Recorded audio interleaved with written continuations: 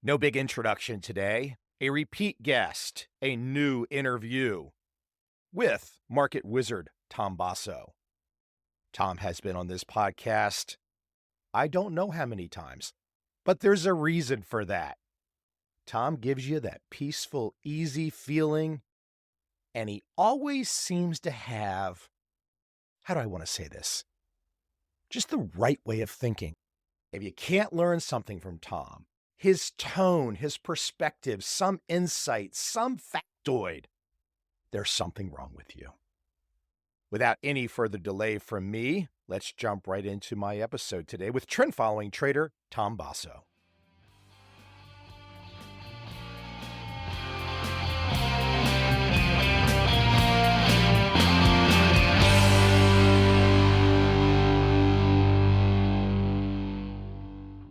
You're a guy that first officially retired at what age? 51. And I think you're a very prepared, planned guy. And I'm sure that would have been fine for the rest of your life. But now here we are all these years later. And I know it's not for the money. You just must be having so much fun. You're busier. You are absolutely busier from what I can observe just across in social media. And I'll see something in a feed or whatever. You have to be busier than many other young people that are trying to do what you're doing. You must love this. It's true. We got Facebook and LinkedIn chiming in for about 5,000 followers. And we got X now up to 55.5 or something thousand followers. More people, I think, know who Tom Basso is than they did when I was a money manager, I think. And yeah, I've been retired now 20 years. If I go about 7.5 more years, I figure I will have been retired longer than I was a money manager, which is really hard for me to get around my head. Actually, when I first retired, I took a year off of trading. I went to money markets and I just said, I'm not going to even look at a screen. I'm not going to be in a computer. I'm just going to go out and prune my plants. And I worked out a lot. I did a lot of mat Pilates and played a lot of golf and really didn't get on an airplane either. I wanted to stay home. Brenda and I got together and we ended up getting married. And she asked me sheepishly one night, you're supposed to be this guru money manager. I guess you should probably look at my portfolio and tell me what I should be doing or maybe manage it for me. I had to come out of retirement. One thing led to another. Social media exploded. Really, it was the COVID, strangely, that prompted this newfound enthusiasm in interviewing Tom Basso. They were desperate. Everybody's sitting at home with masks on or whatever, and they're trying to figure out what to do. And the guys that were trying to do some podcasts realized if they could just get more material, people would watch it because they had nothing else to do. Who's available? Well, yeah, Tom Basso's retired. He doesn't have anything to do. Let's give him a call. So I started doing interviews and everybody realized, wow, they're really easy to listen to. Of course, you have covered what, 4 or 5 now. I don't know if this is the 5th or 6th time you've interviewed me. I think the first one was 2012. That's amazing. Time flies. I kind of waited to ask you until after the election. And I'm not necessarily pushing in any kind of political direction. But I think what's interesting about you to a lot of people is your value system. And look, you're not afraid to say your political beliefs, but I think your political beliefs coincide with your value system. And I think what's interesting, and I'm just going to toss out some thoughts and some ideas about various things. But when you, Tom, with all your experience, you've had a long career, met so many different people, ups and downs. When you hear these conversations about equal opportunity versus equal outcome, how does that make you feel? I don't know how you can really have a society or a functioning civilization if the goal is to try and force through some magic hand or big hand, quote, equal outcomes. For example, even what you're talking about right now during COVID time, doing interviews, that's energy. That's energy from Tom Basso to do this, to wake up, to make it happen. So you have the opportunity to do it. You do it. Equal opportunity is the only way to go. I use the simple example of, say, you and me. I've got a chemical engineering degree. I had to take differential equations and integral calculus and all that. I have no idea what your exact course levels are or your math skills or your computer skills, but they're going to be very different than mine, probably. Given that the opportunities in the market are there, I mean, you and I have the same opportunity, but we're going to have to approach it very differently and get something that works for each of us to be successful. I can't expect you to start coming up with algorithms that are based on differential equations or something. You might not know that. On the other hand, you certainly being over in Vietnam, you know a lot about the Far East markets. I don't have a clue. Little by little, I've been dabbling here and there, but we each have different backgrounds. We just have different resources. The opportunity is there. The markets are the ultimate opportunity. Everybody has a chance to come to the party and bring whatever they can bring. Life's the same way. Like Ben Carson, who's a great man, he came from nothing and ended up becoming one of the renowned neural surgeons in the world for kids and had a very successful career. There's so many other stories like that. Having an opportunity does not mean that the outcome's going to be the same. It's an unfortunate way where so many people get distracted with what sounds easy. Oh, wow, there's somebody out there, some leader, some elite person, and they say that I don't have the same opportunities as everybody else. And so therefore, they're going to legislate an outcome. If someone just plays through the math of it, it doesn't work. It never, ever will work. It's impossible. How do you feel about the current situation? I find what's happened now after the election quite interesting. I can't think of a time in my life where there might actually be the opportunity to decrease the size of government. Most people would like that idea, regardless of their politics. I think most people would say, oh, hold on. If there's a lot of waste over here and a lot of spending of my tax money, whether you're on the left or the right, I think most people would say, I like that idea. Maybe we are at that point, even for your lifetime too, going back a little bit farther than me. Is this the first time we have the chance at shrinking it? Well, when they talk about the golden era for the US, and I'm thinking that I'm in my golden years. Wouldn't that be nice? I could have my golden years in the golden era. That would be wonderful. What's ending up happening with some of the nominations and the philosophy that seems to be underpinning a lot of the decisions that Trump and company seems to be making. And along the same lines with this government efficiency, the DOGE, I love that acronym. There's definitely a lot of low hanging fruit. And if you go back to simple behavioral economics and how we've now run this economy up to GDPs up in the 4 or 5 trillion and spending another like 6 or 7 trillion, and your deficit is 2 trillion, and you're adding to the deficit and adding to the debt, and their interest paid on the debt is now greater than the military budget. That gets a little third worldish if we don't watch it. If you realize that inflation this time around was largely caused by the Inflation Reduction Act, which wastefully spent all sorts of money that we didn't need to spend, that we didn't really have, and did nothing whatsoever to decrease inflation, because what it did is ran up government spending. So there's a lot more money floating around in the economy. If you simply then reverse that thinking and say, okay, let's strip out trillion if we can find it. Elon threw that number out when somebody asked him in an interview.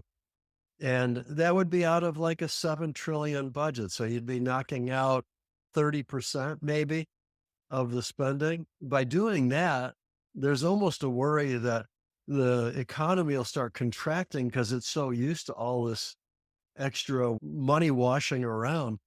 But in reality, I'm not too worried about it, because by taking that amount of spending out of the government's hands and returning it through lower tax rates and growth in the economy into the private sector, I think you're going to see a private sector that's like a rocket ship or an F-15 taking off vertical.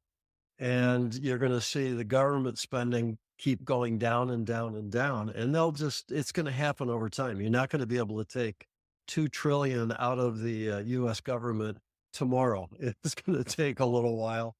So good luck to those guys. They're going to have a fun year and a half or so. The goal is July 4th, 2026, with the 250th anniversary of the Declaration of Independence, I guess it was. So that'll be a fun celebration. They hope to dismantle Doge, the committee, on that date as a birthday gift to the American public. So we'll see if they can pull it off. Growing up in that DC area, let's see, they're going to fight like crazy. The deep state is the deep state. So we'll see. I want to take it back to something you were bringing up about education. And it made me think about my early math experiences in college. My first semester of calculus, I wasn't paying attention.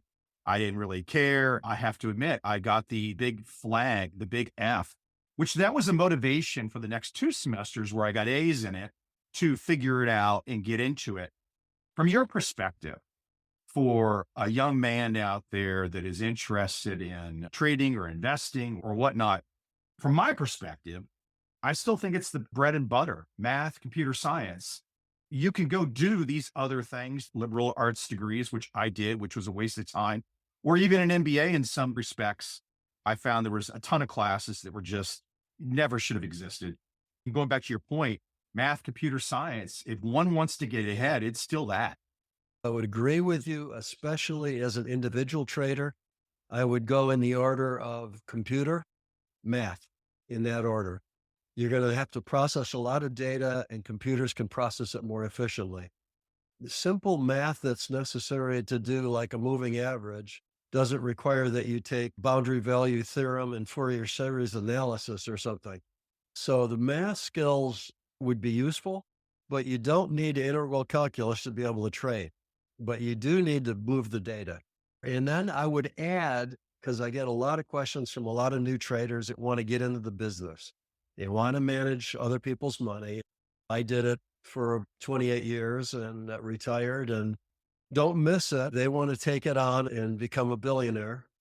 For those folks that want to do that, I would argue that it would be useful to also take some of the base level stuff that you would use to run a business. So accounting is useful because you're going to have people come in and audit you. You're going to have to put out disclosure documents, calculate performance summaries, comply with the law and all that. I think another useful skill would be just to be able to talk about, not necessarily use for your trading, because I don't use it at all, but it just is like we morphed into a little behavioral economics here. I have done a lot of reading and thinking about behavioral economics, and I think that would be very useful in the business because your client expects you to be knowledgeable of that stuff, even if you don't use it for your trading, strangely. So it's good to be fluent in forms of economics so you can carry on a conversation with your clients. How did you figure out the personal stuff though early on? You're a very easygoing personality. Was there a stage in your life where you felt like, okay, I'm pretty good at communicating. I can share my ideas. People understand me. They get along with me. They like me. Okay, this is an asset on my side. How did that first start to happen? And when did you know you were good at that? It happened in my 20s. I got out of school and I took a course in public speaking, which was very interesting to me. The lady that was teaching it had a great way, and this is way before Zoom calls, where I could watch what I look like talking to you right now because we're on a Zoom call. Back in the day, to have a video of you speaking and be able to analyze how stupid you looked while you were doing it, that was a little bit of a rare occurrence. You could give a speech in front of your bathroom mirror, but other than that, there wasn't a whole lot of way of critically stepping back and looking at it and saying, yeah, that would be better. I could do this better. You could really critically analyze yourself. So that was a very helpful experience. Were you nervous or about it at that point in time? And so that class helped you? Oh, they helped me a lot. You saw me at an MAR conference give a talk.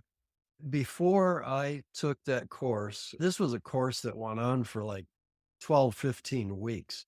We'd meet, I guess, once a week or twice a week. I can't even remember, but it was after work. I was doing chemical engineering and then I'd stay after and do this course for another hour and a half.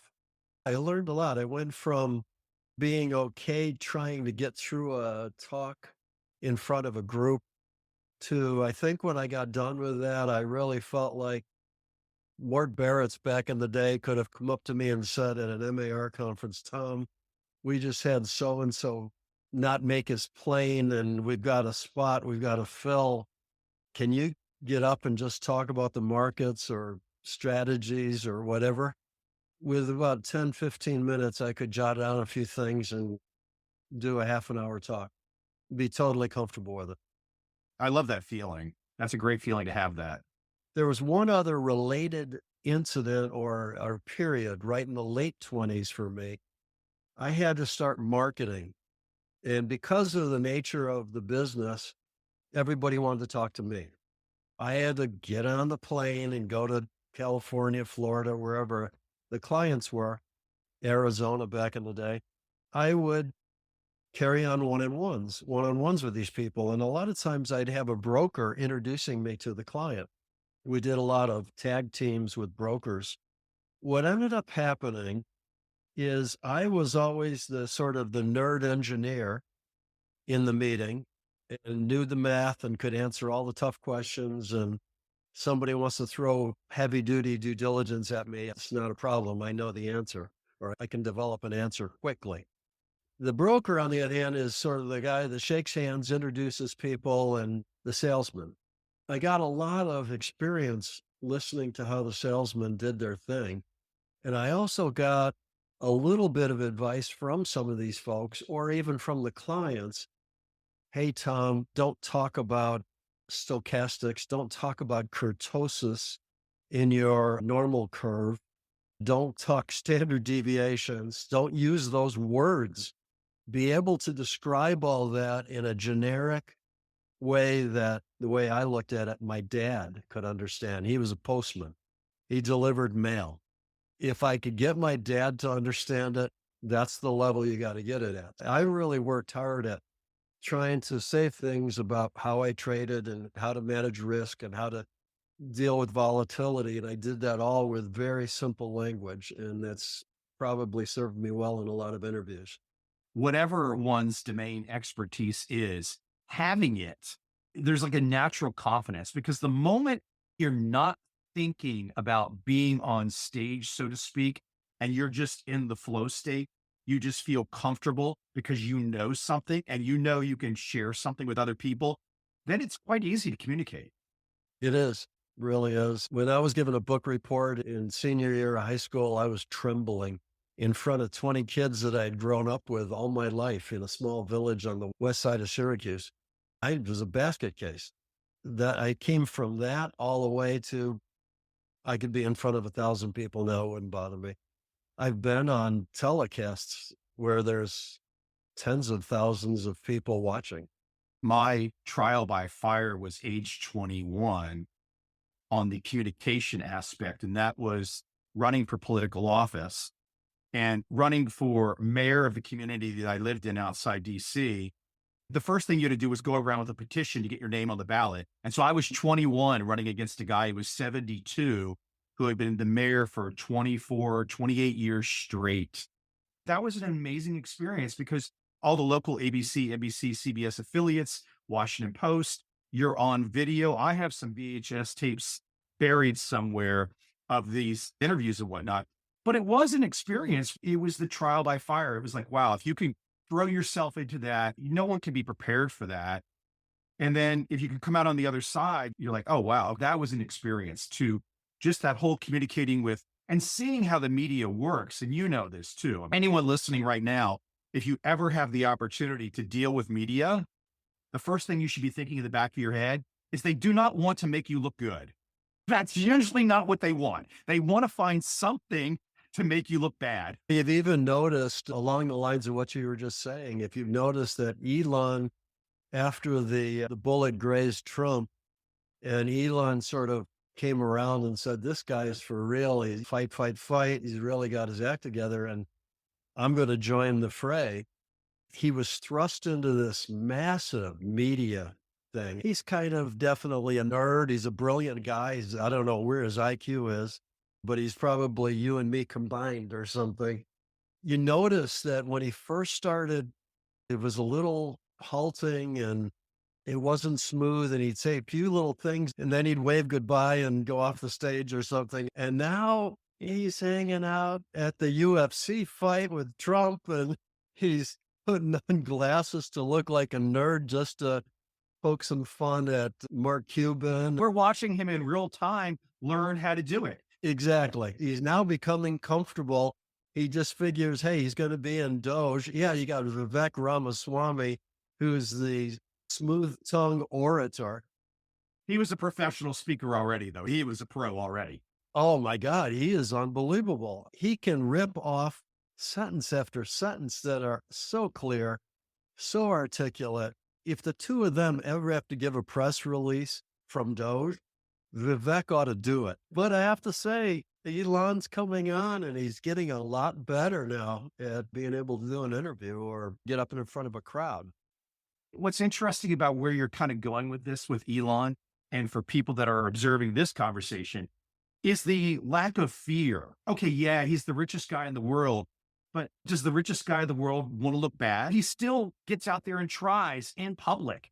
That's a great lesson for everybody. You can't think your way through trying to be a speaker. You have to get into it and do it. You can't just imagine it. It's almost like a bit of a system is what we were taught in that class. And it made so much sense to me. And then there's all sorts of variations on the theme I think you can get to try to keep things simple and be focused. So much better at doing this than I was when I was in my 20s. I think the one time that I either met you or sat next to you at an event, and I think it was in Germany, I just remember you as being kind of tall and a little intimidating. Jet black hair, intimidating. Is that right? Yeah, a little bit. Yeah, I was tall. I still am 6'3". As I remember, you were a little shorter than 6'3". I don't know that anybody's ever called me intimidating before. Back when I used to grind steel for a summer vacation in a steel mill, I had put on some muscle. I was probably about as intimidating as I could get at 205 and 6'3". Had some muscles to deal with some of those other basketball players I went up against senior year of college. There's a quote that I saw, and I know you already know this is going to happen with me. I'm going to bounce you around and just try and find things with you. This guy, Naval Ravikant, VC and early founder in many things. You would recognize him, I think. You might not recognize the name. He had a line about leaders come and go, but don't change the rules of the game. And what we saw perhaps in the last 5 to 10 years, the rules of the game, for example, censorship, lawfare, importing voters. Now, these things might sound political to somebody. They're not really political in the sense because they're changing the rules of the game. For example, as you as a trader, if all of a sudden they said, well, Tom, you are in one particular group of traders, but there's another group of traders that we think, for whatever reason, deserve a spot ahead of you, or they deserve some kind of discount that you don't deserve. All these types of things, once the fairness goes away, and back to my original point of equal opportunity versus equal outcome, if you start to have things like censorship or lawfare or importing voters, the whole system kind of disintegrates, and we can easily make parallels to trading. The moment the structure of the CME would change, the moment the futures exchanges would change, that's what, 100+ years of goodwill built up. If that all changed, the whole system fractures. Sometimes we as human beings, we think we're improving something. We think we're making something, quote, fair, but in reality, we could be destroying the entire thing that got us here. You say the structure changed. I would even argue maybe that it tried to change and maybe was attempting a change over about a 4-year period that we just went through. And now it's changing right back to sort of common sense. The structure, in reference to your VC guy, good leadership and good organization skills and running a company or doing great marketing campaigns and all that. I don't know that that's doing it well, maybe hasn't changed all that much. And every time you try to go away from it, you find yourself down the road, somebody comes in and moves it back to where it was in the first place, sort of, or at least embraces those concepts so that they can make it successful again. To some extent, we're seeing almost just a reversal going back to what makes sense. I'm looking behind you and I see that Market Wizards book behind you. what's so interesting about the first two in particular, and I think you're in the second one, what's so interesting about those books is that the timeless nature of those books, the timeless nature of what has been put down on paper. And so many young people, when they want to come into the world that we're in, I think they say to themselves, there's got to be something else. There's got to be something new. There's got to be this. There's got to be that.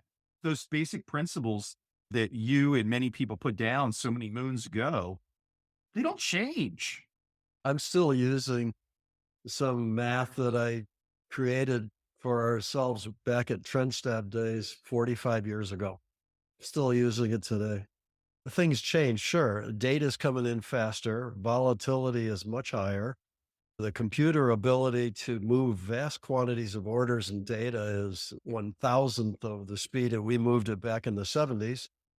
But in reality, it's kind of like which directions the market go and go with it. Manage your position size, move your stops when you can. Nothing changes. It's the same. I've been doing it every afternoon for as long as I can remember.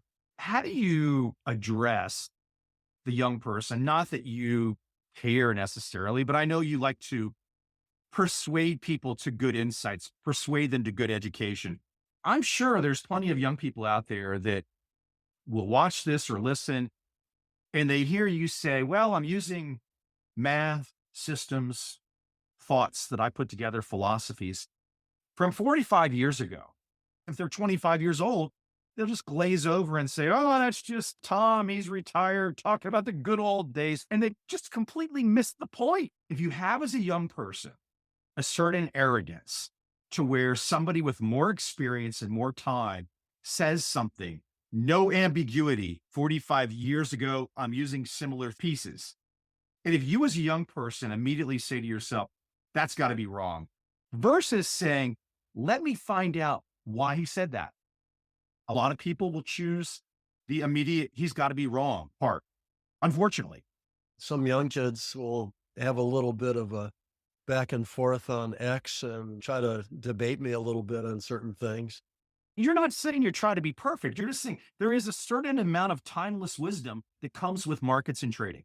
With all due respect, you and I shouldn't trade like each other because our situation, you're over in Vietnam, I'm here in Phoenix, and we've got different size of assets we're managing, different skill levels and different things.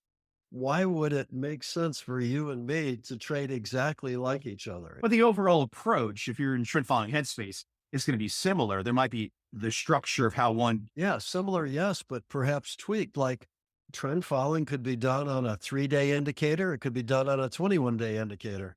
Still trend following, completely different parameter set, completely different types of transactions you're going to get, trends you'll catch. You were never known to be, for example, a guy that I've had on this podcast who was inspired by Bill Dunn, Paul Mulvaney, who Paul shoots for the moon, right? That was never your approach. You never wanted to shoot for the moon. Did you ever have the thought of it though? Because back in the day, you're getting started. Bill Dunn had been in business for a long time already. You're a keen observer. You look at that and you said, he's making a lot of money with that. But you say to yourself, I can't go that direction. While I was running money for other people, the thought never crossed my mind because my attitude was the clients would not put up with it.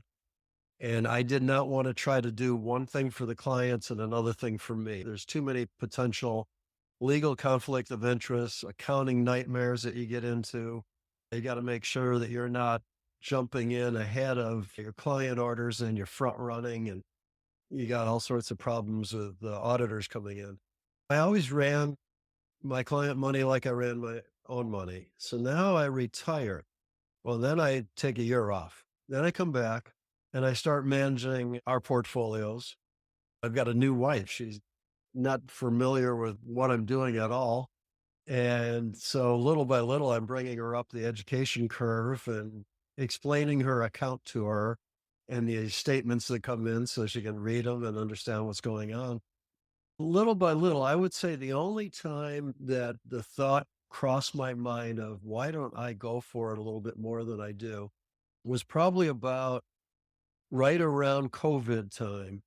I did have a 103% year that year. And it was just basically trend down, caught it, trend up, caught that. And there was a lot of trends. It wasn't just stocks going down and going back up. There was big moves in all sorts of commodities and everything else. Oil went negative. My God, that was a huge trend. And then it turned around and went up. There was a lot of money to be made on those trends. Right around in there, I was starting to think to myself, if I could diversify away the risk somehow and get a little more leverage in it, but protect myself using a lot of other sort of tricks, blend in some short-term strategies with some long-term strategies, maybe bring in a counter trend. It's a trend following, but done on a very short-term basis against a major trend. Do that intentionally to try to buffer that first part of a drawdown that happens invariably when you hit your equity high and then all the markets reverse on you and start heading back to the stop loss point and your drawdown starts then. All the allocators and even your own psychology starts realizing I'm in a drawdown now.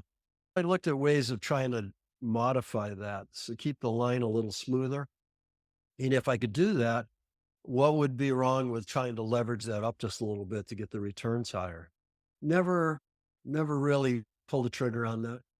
That was the only time it crossed my mind.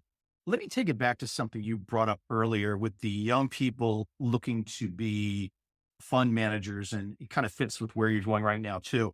Back in the day when you started, you surely looked around and you saw the fee structures were 6 and 25, maybe even higher for some, right? Probably not exceeding 6. Some might have exceeded 25. I don't know if young people understand today that that fee structure is not going to be around for them today. Nothing in life is impossible, but it does seem that there were some first mover advantages in the fund management space to put your shingle out in the mid to late 70s, early 80s. Big difference. No doubt about it. I can cite a perfect example of Trendstat, which was in the end, a single manager, multi-strategy approach to trading. Compare it to Standpoint, which is Eric Crittenton, and I'm the chairman of the board of the mutual fund here in Scottsdale. Standpoint is a single manager, multi-strategy fund. We started that up roughly 20 years after I closed Trendstat down. In that 20-year period, maybe give it 25, 30, you went from Tom Basso being able to basically start up in his office at his house, put the shingle out, as you said, attract some attention, have a good track record. People say, hey, that's kind of interesting. This guy's doing a good job. It's getting to be 2-3 years. He's got a few million under management. Maybe we can give him another million or two. And you build your assets, and all of a sudden you hit 10 million and you meet other criteria for other allocators, and they're willing to give you 5 million. And then all of a sudden it just kind of accelerates. You blink and you're at 100 million or something. And that's back in Trendstat days. Standpoint, out of the gate, had to raise $2 million of capital, have a 3-year negative cash flow, assuming it would take that long to get to break even. We broke that record and got there a little quicker, but that was the plan. 3 years to break even, not making money, break even. 5 people out of the gate.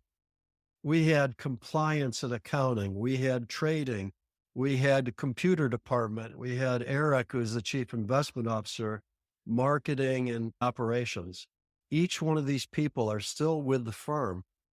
And now they've added a 6th person on staff, and we're adding a 7th clerical position coming up, maybe first quarter of this next year. You can't start a company today in today's world without kind of that sort of mentality. Raising huge capital, having an office space right out of the gate. You can't have it out of your home. You got to have backups. SEC is going to come in and review you. You got to have all the compliance up to date, or they're going to cite you for this and that. That means you got to have somebody working on that all the time. It's a different world. You can't just start up out of your basement like you could back in the day. So different world. Taking it back to our political election conversation, but bringing in the markets, so to speak. During an election campaign, you have everybody, both sides, opinions. You have consultants, opinions, media, opinions. And then there's something called the betting markets. We have all these people out there that are like, hey, I'm a pollster. I can tell you what's going to happen. Well, they've missed twice on Trump. I can tell you what's going to happen. And they get immediate opinions. And we think this is going to happen. But the people that are putting their money down and betting, isn't it interesting how that unfolds? It's very interesting. One of the reasons why you and I are trend followers, I guess, is that when people put up money to buy or sell, they both agree to the price. They both are at least agreeable to the transaction that occurred. Some may feel better about that transaction or not the other side, but in the end, they both agreed to it with all the force of the buying and all the force of the selling, pushing prices up, down, sideways. Isn't that in the end telling you the reality of where that market needs to be? Right there. It's unambiguous. It's a number. It's telling you the bettors, what are the real beliefs of the bettors? For example, if you turn on CNN or you turn on Fox during an election season, they've got opinions. Do you know those opinions are even real? We don't know if they're real. It could just be a dog and pony show, right? But if you got to put money down, then it's real. It's real. That's very interesting that he nailed it, or the poly market nailed it. Some of these other pollsters, this poor lady out in Iowa that was the gold standard in polling, misses the thing in Iowa by some 16 points. And she's supposed to be the gold standard, and she retired. Turns out she was going to retire after the election anyway. This was her last go around, but she kind of ended on a sour note with that last poll that came out about a few days before the election.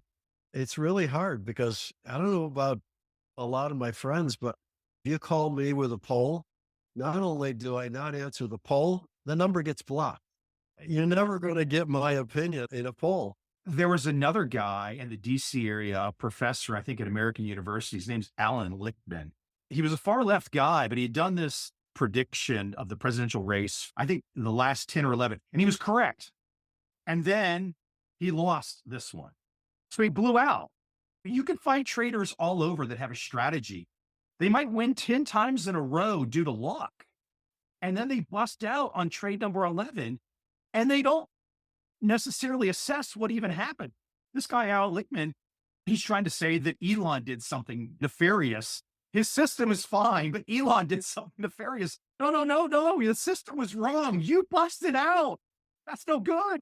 Elon's going to get blamed for all sorts of things the next decade, I'm sure. I'm sure this is controversial as I say this.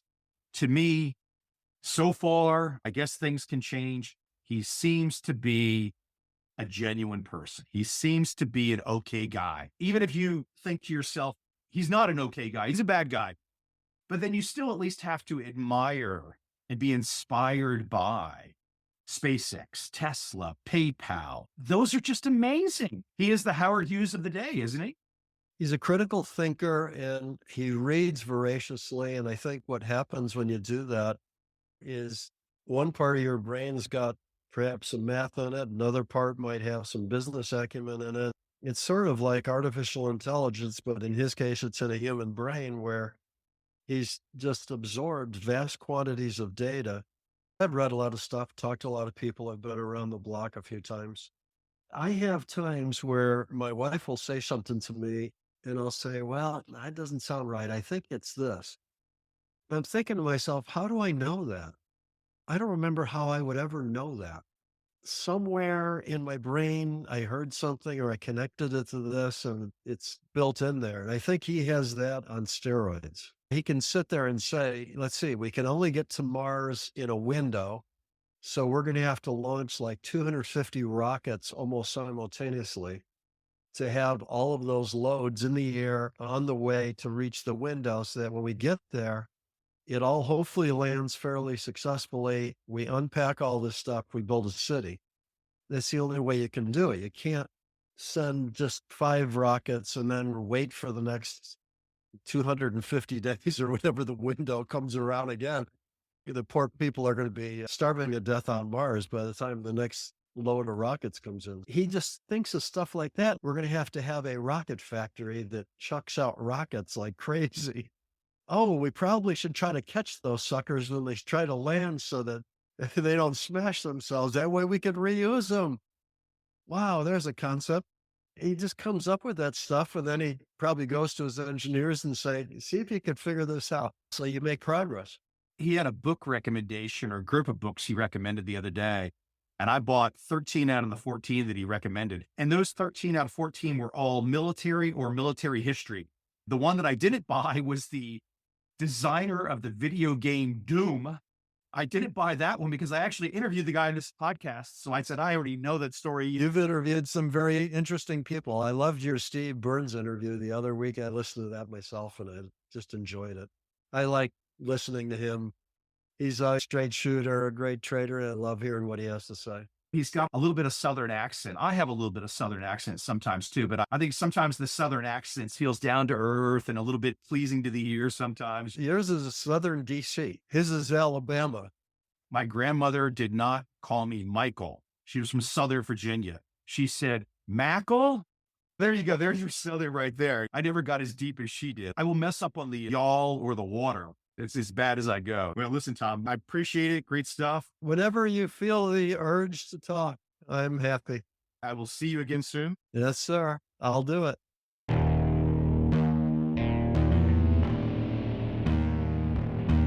I see a time when those awake will understand how to make money in up, down, and surprise markets.